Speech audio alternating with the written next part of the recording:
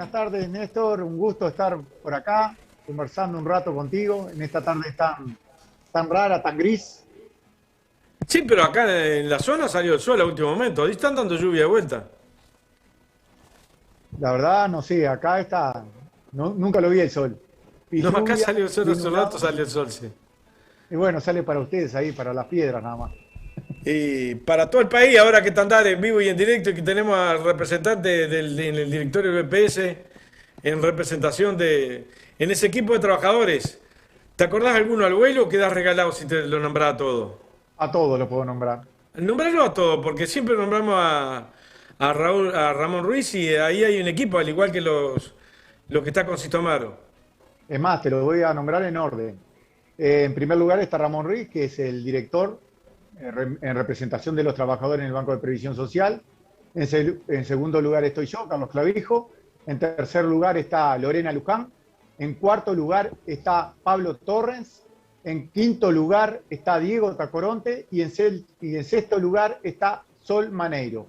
Compañeras y compañeros de Montevideo y del interior, de la industria, el comercio, público, privado.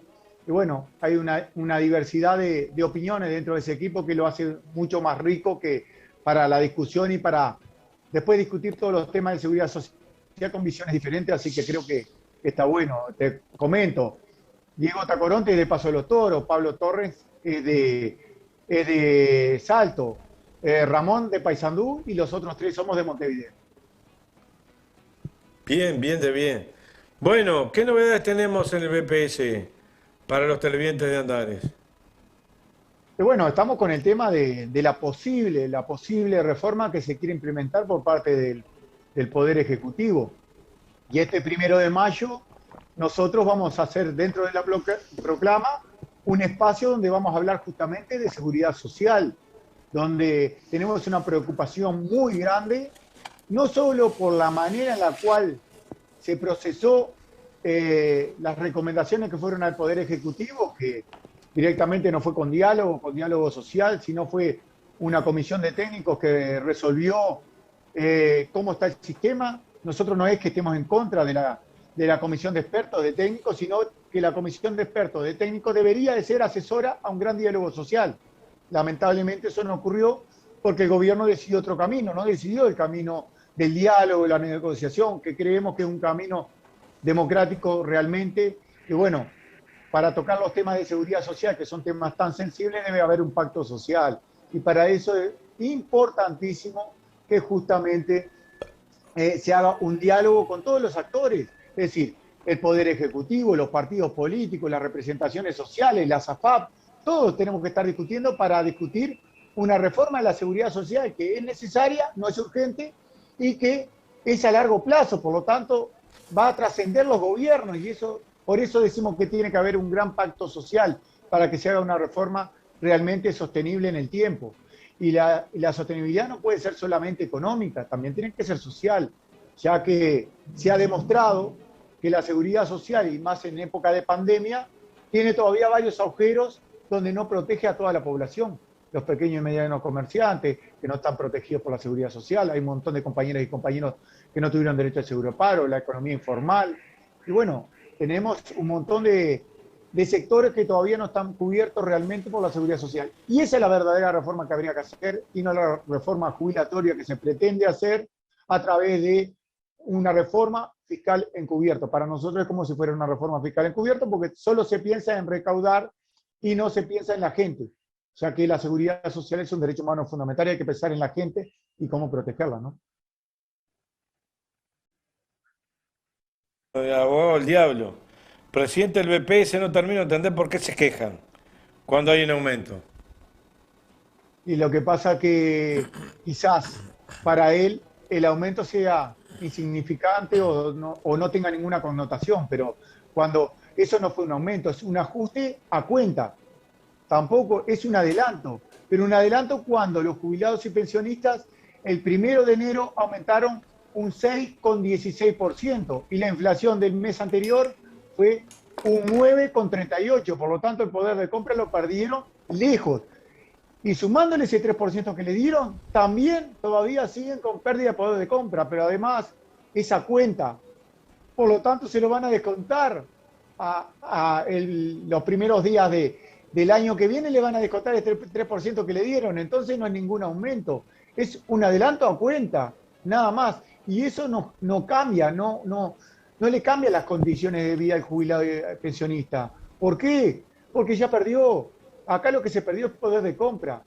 Quizás a él, realmente un 3% le haga justamente una diferencia en el salario, pero no creo que con jubilaciones y pensiones de 16.000 pesos, un 3% haga mella como para decir, bueno, cambiaron las condiciones, esto ya igualó el poder adquisitivo y ahora los jubilados y pensionistas, como cobraron un 3% más, pueden vivir mejor. No es así. Los precios suben todos los días. Los precios ya subieron más del 3%, varias veces más que el 3%. Y por lo tanto tuvieron una pérdida de poder de compra impresionante, como la tuvieron los trabajadores también. Lo mismo hicimos nosotros cuando nos reunimos los otros días con el ministro de Trabajo, el PCNT.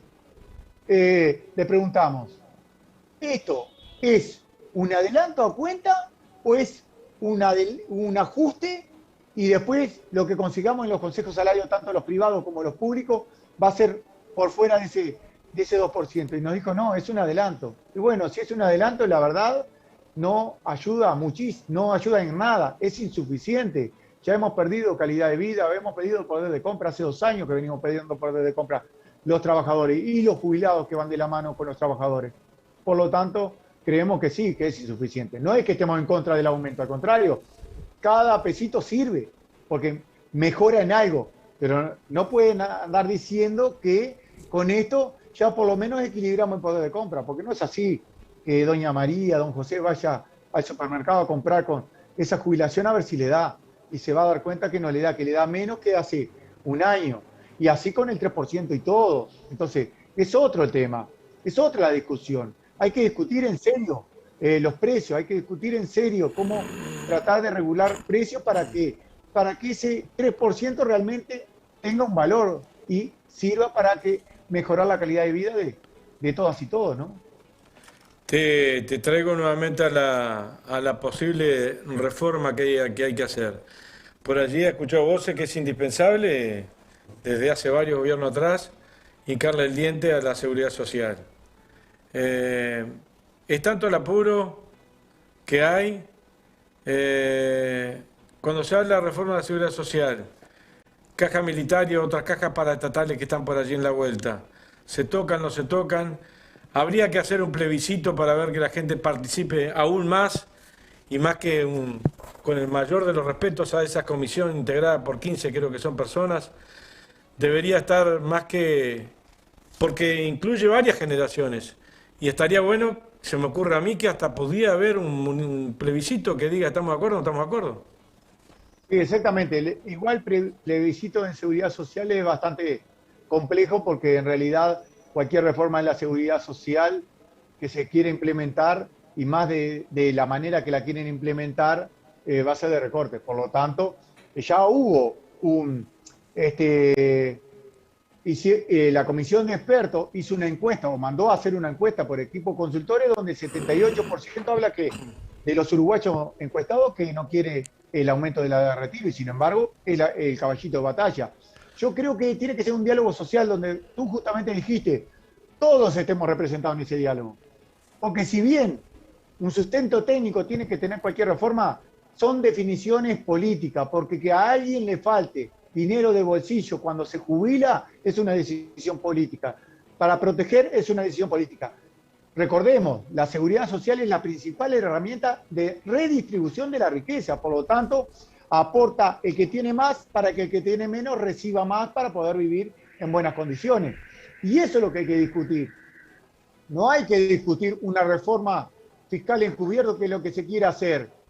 Por lo tanto, en ese sentido nosotros decimos, está mal discutida la reforma de la seguridad social. Es por diálogo, es con acuerdo. Pero aparte, tú lo decías recién, ¿es una reforma de la seguridad, del sistema de seguridad social jubilatorio o es un tema solamente de reforma del BPS? No, lo están encarando como una reforma del BPS, porque en realidad la caja militar no se toca casi nada. La gran reforma es en el Banco de Previsión Social, donde con los cambios paramétricos que se quieren hacer, más el cambio de la edad de retiro, lo que se pretende es que los futuros jubilados cobren entre un 20 y un 30% menos que los jubilados de hoy. Hoy ya tenemos problemas. ¿Por qué? Porque te cambia la tasa de reemplazo y el salario básico jubilatorio. Voy a explicar un poquito qué es eso. Bueno, cuando yo me jubilo hoy en día con el sistema actual, 60 años de edad, 30 años de servicio, tengo causal jubilatorio, yo me jubilo con el 45% del salario básico jubilatorio, con 60 años de edad y 30 años de servicio registrado. Con 30 años de servicio registrado y 65 años de edad, que es lo que pretenden llevar ellos, hoy en día me jubilaría con el 50%. Bueno, ellos dicen que con la reforma esta va a pasar al 39%, del 50 al 39% del salario básico jubilatorio. Pero también te cambian el salario básico jubilatorio. ¿Qué es eso? Muy sencillo. Cuando yo me voy a jubilar, el BPS me calcula los 20 mejores años de salario, pero si los 10 últimos son superiores un 5% a esos 20 mejores, terminan siendo los 20 mejores más un 5% de plus. ¿Está? 20 mejores años, que se hace un promedio y ahí te da un salario y sobre eso se aplica la tasa de reemplazo que explicaba recién. 20 mejores salarios que son 240 meses, se quiere llevar a 300 meses. Si eran 240 meses hasta el día de hoy y lo querés llevar a 300 meses, quiere decir que si eran los mejores 240 salarios mejores, ¿cuáles van a ser esos 60? Van a ser peores, por lo tanto baja el promedio. Y ahí es sencillo, te baja la tasa de reemplazo, te baja cómo se calcula el salario básico jubilatorio y cuando te vas a jubilar te jubilas con un 20 o un 30% menos que lo que te jubilas hoy. Y eso es lo que decimos que justamente lo que van a generar es que los jubilados del futuro no solo van a tener peores jubilaciones, sino va a haber pobreza. Más pobreza en los jubilados del futuro. Y además acá nosotros compartimos algo que dijo el presidente de la República, y anda un videíto ahí en la vuelta, en su último acto de campaña. ¿Qué dijo el presidente de la República? En el tema de la reforma de la seguridad social, él no le va a cambiar las reglas a quienes hoy están trabajando, estamos de acuerdo. Los que hoy estamos trabajando no nos deberían de cambiar las reglas. Le cambiarían las reglas a aquellos que entrarían al mercado de trabajo. Estamos de acuerdo. Lo que sí haría también es que incentivaría a que esos que están trabajando se queden más tiempo. También estamos de acuerdo. Porque vos tenés que incentivarnos, obligar. Porque no todo el mundo ni todos los sectores podrán quedarse más tiempo trabajando. Hablamos de industria frigorífica, los que trabajan con el frío, el campo, la construcción, la empleada doméstica, la salud, los maestros, ¿podrán quedarse hasta los 65 años? Yo te voy a hacer un ejemplo, que nos dijeron los salvavidas de Rocha. Hoy, ustedes imagínense que se está ahogando un hijo tuyo, ¿ah? Y un salvavidas de 65 años va a rescatarlo. ¿Llegará a salvarlo? Porque las condiciones biológicas del cuerpo humano, y es natural que se vayan degradando. Entonces no sé si va a poder hacer esa tarea. Por eso no sabemos si va a poder llegar a los 65 años trabajando. Y más que en esa discusión de técnicos, no tuvieron algo en cuenta. El mercado de trabajo uruguayo, todos sabemos que en el Uruguay el mercado de trabajo es inestable. Hay una gran cantidad de gente que no tiene trabajo. Un estudio del INE dice que en el 2020 habían 800.000 trabajadores uruguayos que ganaban menos de 30.000 pesos. Y de esos 800.000, 430 ganaban menos de 20. ¿Con cuánto se van a jubilar si se jubilan con el 39%? Me pregunto. Entonces, ¿lo que van a hacer es jubilaciones de hambre? Esa no es la reforma que queremos. La reforma, lo decía Ernesto Murro cada vez que hablaba en los medios de comunicación. No hay sistema de seguridad social barato si es bueno. Ahora, si queremos hacer un sistema de seguridad social barato va a ser malo. Es decir, no va a proteger de la misma manera a la gente. Y bueno, ese es el tema que hay que discutir. ¿De dónde sale el financiamiento de la seguridad social? ¿Está bien que los patrones aporten la mitad que los trabajadores? Único país del mundo. ¿Está bien que hayan 233 millones de dólares de exoneraciones patronales? ¿Está bien que la DGI nos cobre un 5% al BPS por darnos los 7 puntos de IVA mientras nosotros no le cobramos ni a la FAP, ni la recaudación del FONASA, ni la recaudación del IRPF ni un montón de recaudaciones que hacemos y no cobramos? ¿Está bien que la plata se vaya para la SAFAP en vez de estar en el BPS? Porque si estuviera en el BPS no había asistencia financiera, habría superávit. Entonces, capaz que la discusión es más profunda, no es solamente jubilaciones y ver a ver cómo le recortamos a los futuros jubilados para equilibrar el sistema. Porque podemos generar mucha pobreza en el adulto mayor del futuro. Y eso nos preocupa y mucho. Y además, creo que la discusión de la reforma no puede ser solo jubilaciones y pensiones. En el Uruguay hay más de un 21% de niños que están en la pobreza. ¿Eso está bien? No, bueno, tiene que proteger la seguridad social. ¿Por qué no incluimos en una gran reforma de la seguridad social? Con seguridad vamos a hacer un pacto social si justamente podemos proteger de mejor manera para que no haya tanta pobreza entre los adolescentes y los niños. Bueno, esa es la reforma que queremos hacer, pero la queremos hacer con diálogo, la queremos hacer democráticamente. Yo creo que al gobierno ya se le pasó el cuarto de hora. Ya se le pasó el cuarto de hora porque no quiso nunca hacer una reforma con diálogo. Imagínate, vos decías recién, la comisión de expertos. Son 15, de los cuales 9 son del Poder Ejecutivo. Y con 9 votos se resolvía todo. Entonces, ¿para qué están los otros 6?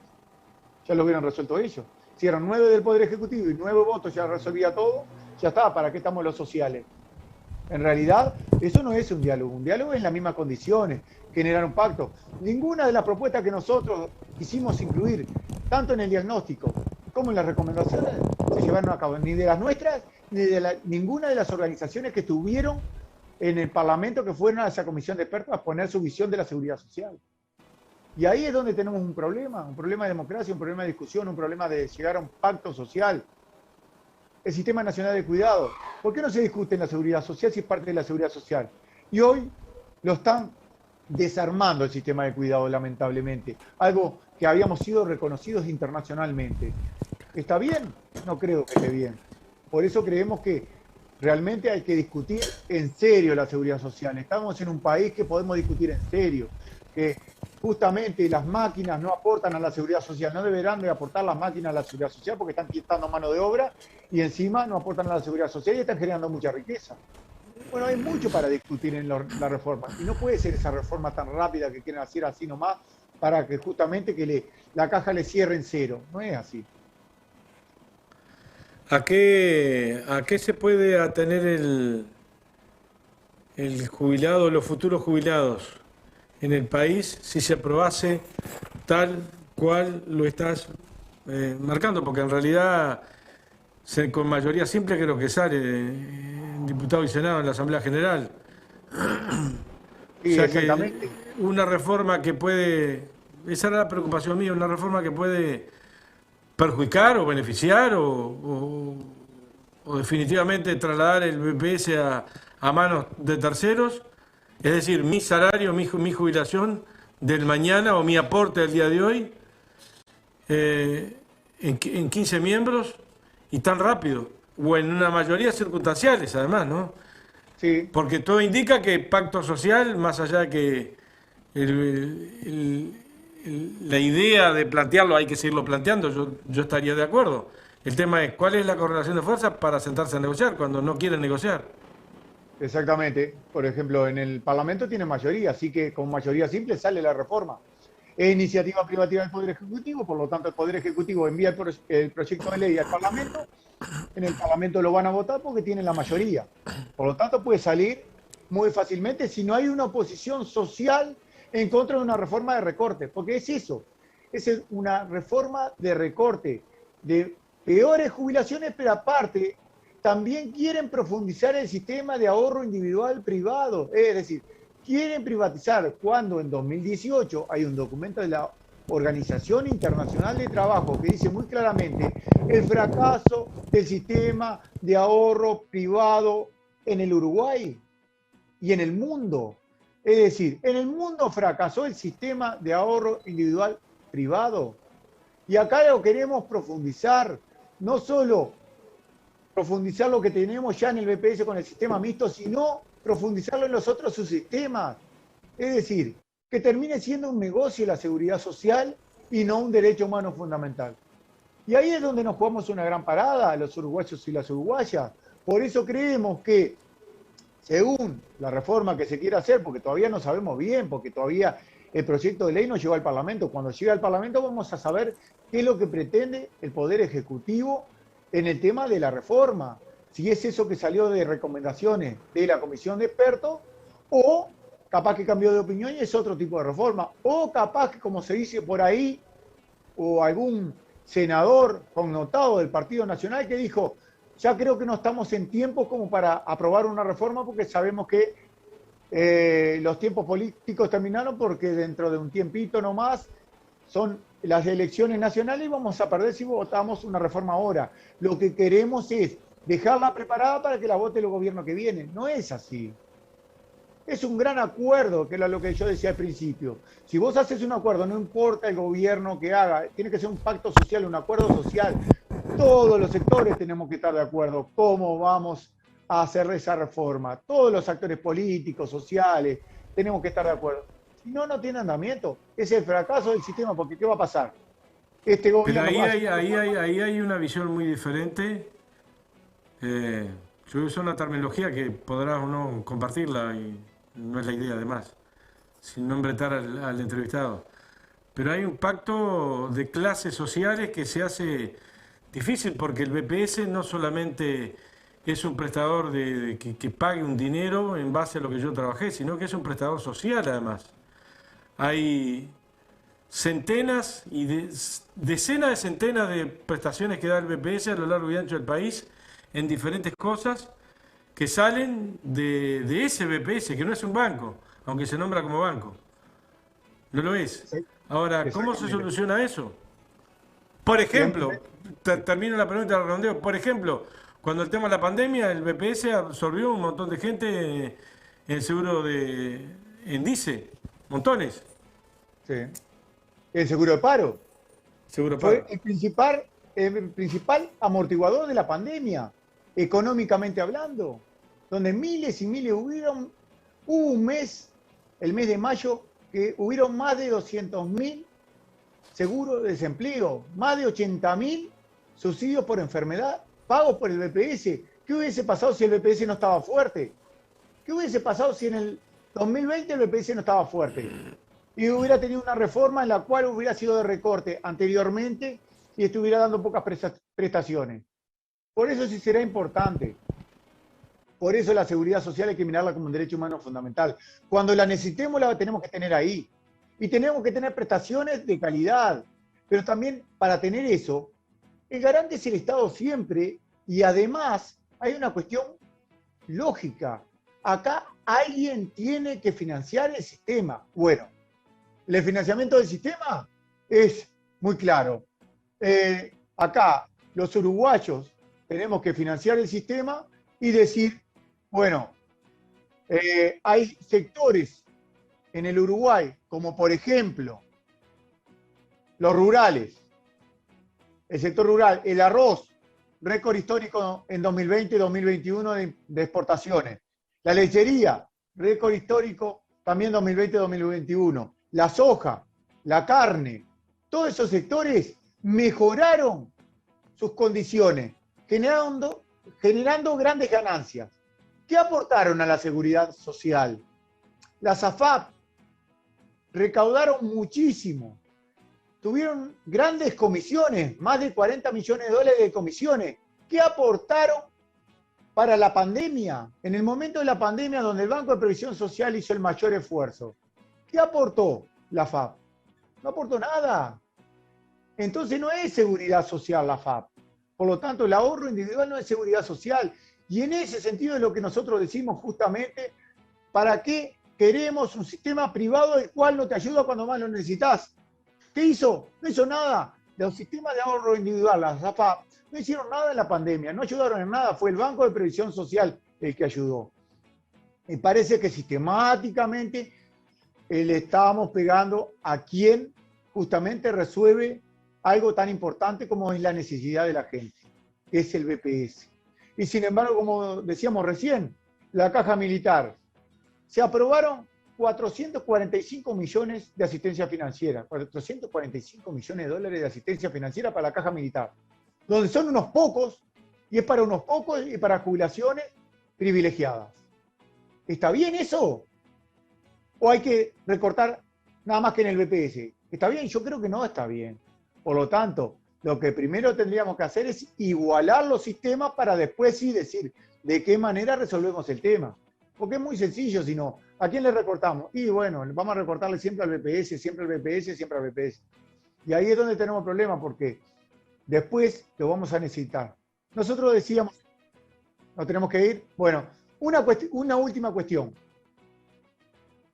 El BPS, por los miles y miles de millones de dólares que da en prestaciones, se vuelcan en el mercado interno. Por lo tanto, si se vuelcan en el mercado interno, justamente es donde después mueve la economía interna. Por eso hay que defender al BPS, porque es el que mueve el mercado interno realmente. Y aparte, como bien lo decíamos, en la pandemia hizo la diferencia. Y bueno, defendamos al BPS, pongamos todo en la balanza.